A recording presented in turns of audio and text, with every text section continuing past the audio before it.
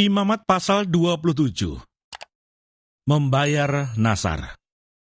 Tuhan berfirman kepada Musa, "Berbicaralah kepada orang Israel dan katakan kepada mereka, apabila seorang mengucapkan nasar khusus kepada Tuhan, mengenai orang menurut penilaian yang berlaku untuk itu, maka tentang nilai bagi orang laki-laki, dari yang berumur 20 tahun sampai yang berumur 60 tahun, nilai itu harus 50 shikal perak, ditimbang menurut shikal kudus. Tetapi jikalau itu seorang perempuan, maka nilai itu harus 30 shikal. Jikalau itu mengenai seorang dari yang berumur 5 tahun sampai yang berumur 20 tahun, maka bagi laki-laki nilai itu harus 20 shikal, dan bagi perempuan 10 shikal. Jikalau itu mengenai seorang dari yang berumur 1 bulan sampai yang berumur 5 tahun, maka bagi laki-laki nilai itu harus 5 shikal perak, dan bagi perempuan 3 shikal perak. Jikalau itu mengenai seorang yang berumur 60 tahun atau lebih, jikalau itu mengenai laki-laki, maka nilai itu harus 15 shikal, dan bagi perempuan 10 shikal. Tetapi jikalau orang itu terlalu miskin untuk membayar nilai itu, maka haruslah dihadapkannya orang yang dinasarkannya itu kepada imam, dan imam harus menilainya. Sesuai dengan kemampuan orang yang bernasar itu, imam harus menentukan nilainya. Jikalau itu termasuk hewan yang boleh dipersembahkan sebagai persembahan kepada Tuhan, maka apapun daripada hewan itu yang dipersembahkan orang itu kepada Tuhan, haruslah kudus. Janganlah ia menggantinya, dan janganlah ia menukarnya, yang baik dengan yang buruk, atau yang buruk dengan yang baik. Tetapi jikalau ia menukar juga seekor hewan dengan seekor hewan lain, maka baik hewan itu maupun tukarnya haruslah kudus. Jikalau itu barang seekor dari antara hewan haram yang tidak boleh dipersembahkan sebagai persembahan kepada Tuhan, maka hewan itu harus dihadapkannya kepada imam, dan imam harus menetapkan nilainya menurut baik atau buruknya. Dan seperti penilaian imam, demikianlah jadinya. Dan jikalau orang itu mau menebusnya juga, ia harus menambahkan 1/5 kepada nilai itu. Apabila seorang menguduskan rumahnya sebagai persembahan kudus bagi Tuhan, maka imam harus menetapkan nilainya menurut baik atau buruknya. Dan seperti nilai yang ditetapkan imam, demikianlah harus dipegang teguh. Tetapi jikalau orang yang menguduskan itu mau menebus rumahnya, maka ia harus menambah harganya dengan 1/5 dari uang nilainya, dan rumah itu menjadi kepunyaannya pula. Jikalau seseorang menguduskan sebagian dari ladang miliknya bagi Tuhan, maka nilainya haruslah sesuai dengan taburannya, yakni sehomer taburan benih jelai berharga 50 shikal perak. Jikalau ia menguduskan ladangnya mulai dari tahun Yobel, maka nilainya haruslah dipegang teguh.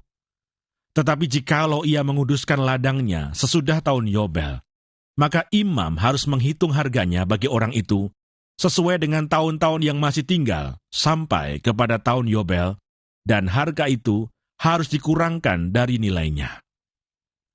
Dan jikalau orang yang menguduskannya benar-benar mau menebus ladang itu, maka ia harus menambah harganya dengan 1/5 dari uang nilainya, dan ladang itu tetap dimilikinya. Tetapi, jikalau ia tidak menebus ladang itu, malahan ladang itu telah dijualnya kepada orang lain, maka tidak dapat ditebus lagi. Tetapi pada waktu bebas dalam tahun Yobel, ladang itu haruslah kudus bagi Tuhan. Sama seperti ladang yang dikhususkan bagi Tuhan, imamlah yang harus memilikinya. Dan jikalau ia menguduskan bagi Tuhan ladang yang telah dibelinya dan yang tidak termasuk ladang miliknya dahulu, maka imam harus menghitung baginya harga nilainya sampai kepada tahun Yobel. Dan orang itu haruslah mempersembahkan nilai itu pada hari itu juga sebagai persembahan kudus bagi Tuhan. Dalam tahun Yobel, ladang itu harus dipulangkan kepada orang yang menjualnya kepadanya, yakni kepada orang yang mula-mula memiliki tanah itu. Dan segala nilai harus menurut shikal kudus. Shikal itu harus 20 gera beratnya.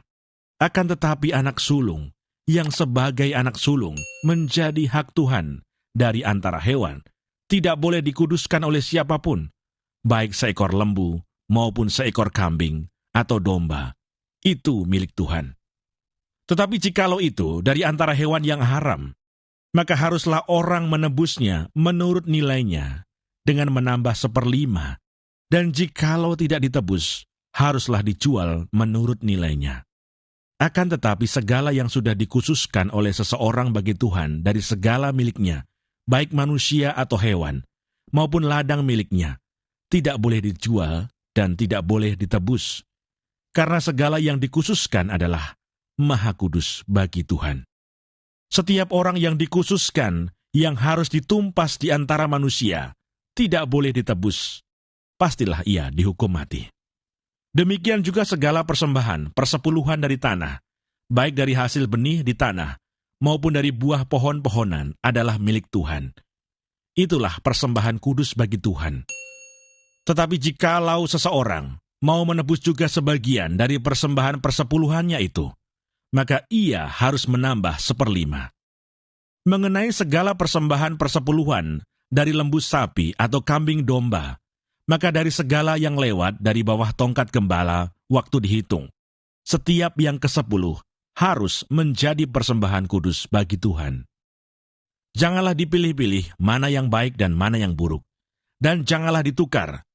Jikalau orang menukarnya juga, maka baik hewan itu maupun tukarnya haruslah kudus dan tidak boleh ditebus. Itulah perintah-perintah yang diperintahkan Tuhan kepada Musa di Gunung Sinai untuk disampaikan kepada orang Israel.